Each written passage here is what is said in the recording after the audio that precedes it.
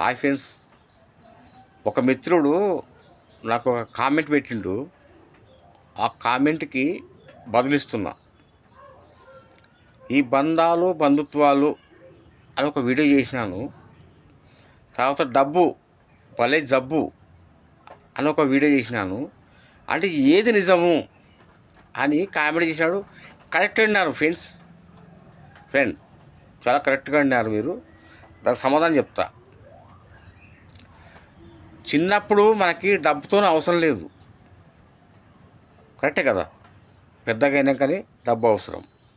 నీకు పెళ్ళి అయినాక, నీ పిల్లలు అయినాక, నీ సంసారం అయినాక నీకు డబ్బు అవసరం, అంతే కదా. లేకుంటే మన డాడీ అదే మన తండ్రి కానీ మనం చూసుకునేవాళ్ళు. అయితే అన్నదమ్ముళ్ళు పెద్దగా కొద్దీ ఫ్రెండ్స్ బాగా వినండి, అన్నదమ్ముళ్ళు పెద్దగా కొద్దీ డబ్బు విలువ పెరుగుతుంది. అంటే ఆ విలువ ఎందుకు పెరుగుతుంది? చిన్నవాడు చెడిపోయిందా, నడిపోడు చెడిపోయిందా, పెద్దోడు చెడిపోయిందా అంటే ఇదే ఆలోచనలో ఉంటాడు. అయితే నా తమ్ముడు బాగుండాలా అని కోరుకునే వాళ్ళలో కొద్దో గొప్ప కొంతమంది మాత్రమే నాకు తెలిసి. ఓకేనా ఫ్రెండ్?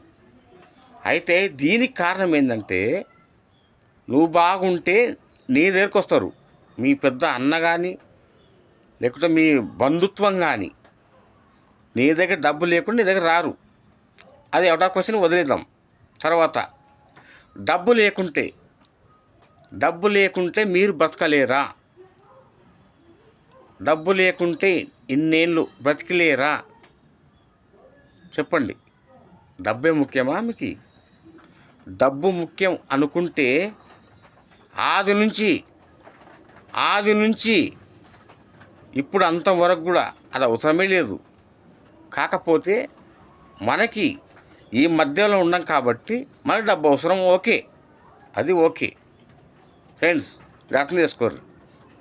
డబ్బు అవసరమే, కానీ అతిగా అవసరం లేదు. మనకి ఎంత కావాలో అంతే అవసరం. అతిగా ఆశపడకూడదు.